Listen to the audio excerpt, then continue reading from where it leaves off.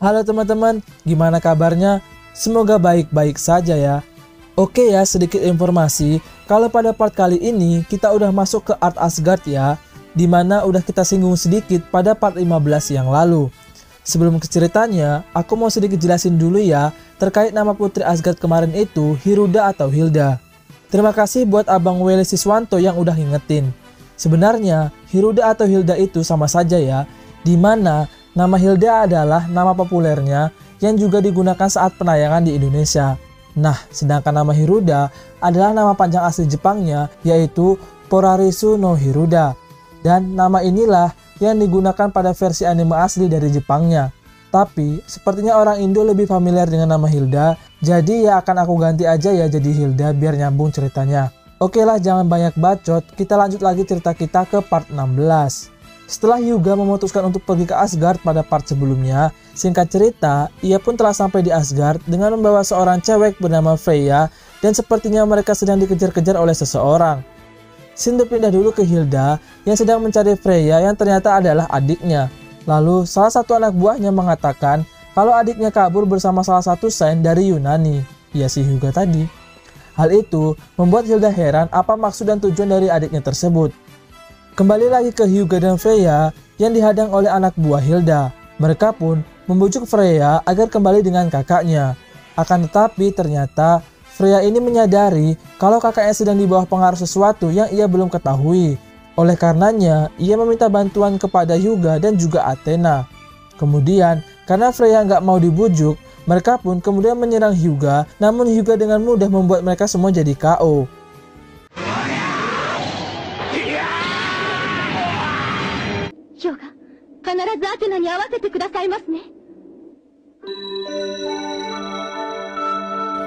Tak lama berselang, Athena pun datang bersama dengan saya dan juga Andromeda. Seriunya mana bang?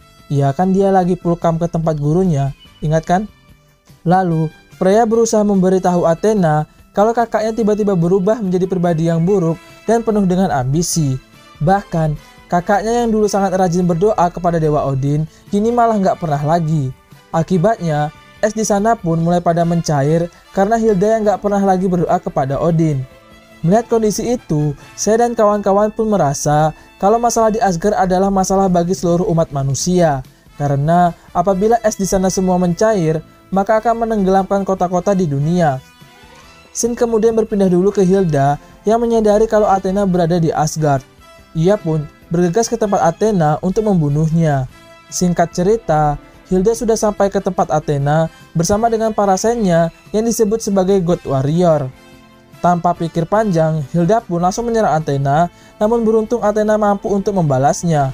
Bahkan, saya dan kawan-kawan pun juga saling beradu kosmo dengan para God Warrior.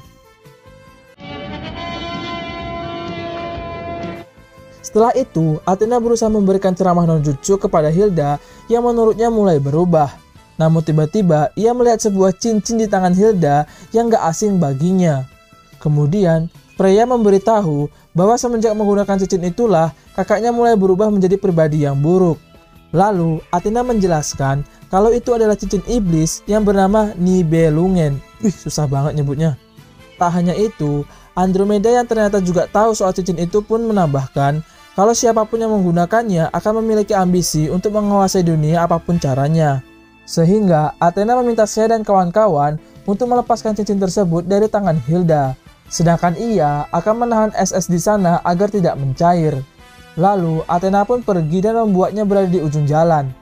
Kemudian Athena pun mengatakan kalau ia akan menggantikan Hilda berdoa agar es di sana tidak mencair. Namun Hilda mengatakan walaupun Saori adalah seorang Athena sekalipun, ia hanya mampu menahan es tersebut tidak lebih dari setengah hari. Dan apabila lebih dari itu, maka Athena pun akan meninggoy. Mendengar itu, Athena pun gak gentar sedikit pun karena percaya kalau saya dan kawan-kawan akan berhasil mengalahkan Hilda. Lalu, dengan kekuatan kosmonya, Athena mulai memulihkan kembali es di sana yang mulai mencair. Akan tetapi, tiba-tiba salah satu God Warrior yang bernama Thor melemparkan palunya ke arah Athena. Namun beruntung, Athena dapat menahannya, bahkan membalikkan serangan tersebut. Melihat itu, saya dan kawan-kawan kemudian berbalik untuk menyerang mereka semua, namun Hilda dan God Warrior malah kabur sehingga saya dan kawan-kawan harus mengejarnya. Di tengah perjalanan, mereka pun dihadang oleh salah satu God Warrior bernama Thor. Lalu, Andromeda dan Hyuga berusaha untuk menyerang Thor dengan Nebula Chain dan juga debu-debu intannya. Akan tetapi, serangan itu bukan apa-apa bagi Thor dan malah Andromeda lah yang harus terpental jauh karena Thor yang tiba-tiba mengalirkan jurusnya melalui rantai Andromeda. Kemudian, dirasa waktu yang mereka punya tidak banyak, saya lalu meminta Andromeda dan Hyuga untuk melanjutkan perjalanan dan ia akan melawan si Thor ini. Akan tetapi, saat saya sudah berhasil mengalihkan perhatian si Thor ini, tiba-tiba palu yang sebelumnya menyerang saya malah berbalik menyerang Andromeda dan Hyuga yang sudah melewatinya. Bahkan sampai membuat mereka berdua menjadi pingsan. Lama banget sih. Hal ini membuat saya benar-benar harus melawan Thor seorang diri. Dalam pertarungan tersebut, saya sangat kesulitan, bahkan wajahnya pun harus terhantam oleh jurus Titanic Hercules milik si Thor ini. Keren anjir nama jurusnya. Tak berhenti di situ, wajah saya pun kemudian diinjak-injak oleh si Thor ini hingga terbenam ke dalam es. Namun, saya kemudian meningkatkan kosmonya dan akhirnya berhasil keluar dari situasi sulit tersebut. Ia pun lalu berbalik menyerang, namun Pegasus Ryusekennya dapat ditahan dengan mudah oleh Thor, bahkan hanya dengan satu tangan saja. Kemudian, sayalah yang kembali harus terhempas oleh jurus Titanic Hercules milik si Thor ini. Kondisi itu sempat membuat saya menyerah karena nggak tahu harus gimana lagi. Akan tetapi, tiba-tiba ia mendengar suara Marin yang berusaha memberikan ceramah ninjutsu kepadanya. Ia pun juga kembali mengingat dan mencermati pertarungan sebelumnya saat ia melawan para Sen Emas. Setelah itu, saya kembali bangkit yang akhirnya ia berhasil melihat dan menghindari serangan dari si Thor ini. Bahkan, saya berhasil menyerang balik si Thor dengan jurus Smackdown-nya. Kemudian, dirasa memiliki kesempatan, saya lalu menyerang kembali Thor dengan Pegasus Ryuseken miliknya yang sampai-sampai membuat Thor ini terpental jauh. Akan tetapi, walau saya sudah berjuang setengah mati, serangannya tersebut ternyata nggak berefek sedikit pun kepada Thor ini. Kemudian, sembari meningkatkan kosmonya, Thor pun menjelaskan bahwa mereka para God Warrior akan berjuang sampai mati untuk melindungi Hilda sebagai ucapan terima kasih karena telah membangkitkan para God Warrior. Akan tetapi, saya mencoba memberitahu kalau Hilda sedang berada di bawah pengaruh cincin Nibelungen yang sangat jahat. Namun, Thor gak percaya dan malah kembali menyerang saya hingga membuatnya berada di tepi jurang. Saat Thor akan melakukan fatality, Shiryu pun akhirnya datang di saat yang tepat. Lalu, saya meminta Shiryu untuk pergi membantu Andromeda dan Hyuga yang pingsan. Akan tetapi sebelum itu, Shiryu pun menjelaskan kalau mereka nggak bisa langsung menghancurkan cincin Nibelungen, melainkan harus menggunakan sebuah pedang yang dikenal sebagai pedang Solomon, yang mana pedang tersebut hanya bisa didapat apabila mereka mampu mengalahkan ketujuh God Warrior dan mengambil Safir Odin yang ada pada mereka. Ya, semacam kayak batu akik gitulah. Informasi tersebut didapat serius saat ia pulkam ke tempat gurunya. Tak lama berselang, Thor pun kembali datang dan saya melihat Safir Odin yang berada sedikit di atas titiknya Thor. Ia pun langsung menyerang Thor, sementara Shiryu pergi untuk membantu Andromeda dan Hyuga. Akan tetapi, saya kalah cepat dan membuatnya harus kembali jatuh ke dalam jurang yang sangat dalam. Di sisi lain, Shiryu ternyata telah sampai di lokasi Andromeda dan Hyuga yang sudah sadar. Ia pun juga menjelaskan terkait Safir Odin kepada Andromeda dan juga Hyuga.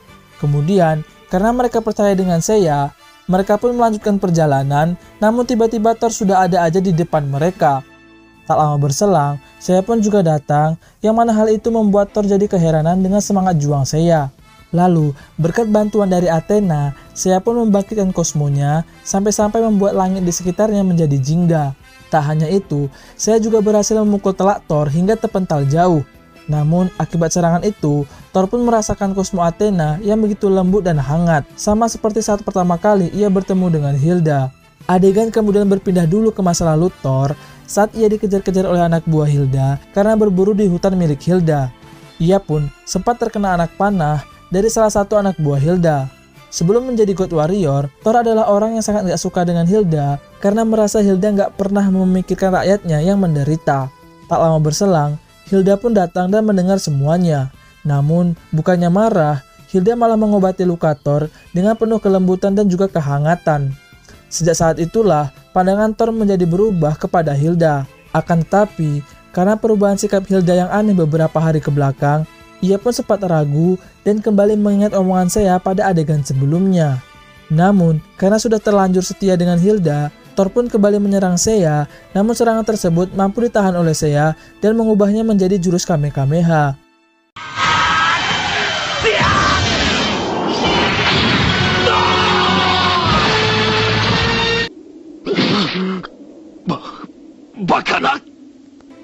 Lalu, di sisa-sisa tenaganya, mereka kembali beradu serangan, yang mana Seiya lah yang berhasil mengalahkan Thor dan mendapatkan Safir Odin pertamanya. Namun, sebelum Thor meninggoy, rupanya ia sudah sadar dan percaya dengan kata-kata Seiya, "Telat Bambang." Berita kekalahan Thor pun sampai juga ke telinga Hilda, sehingga ia kemudian mengutus lagi salah satu God Warrior untuk menghadang Seiya dan kawan-kawan.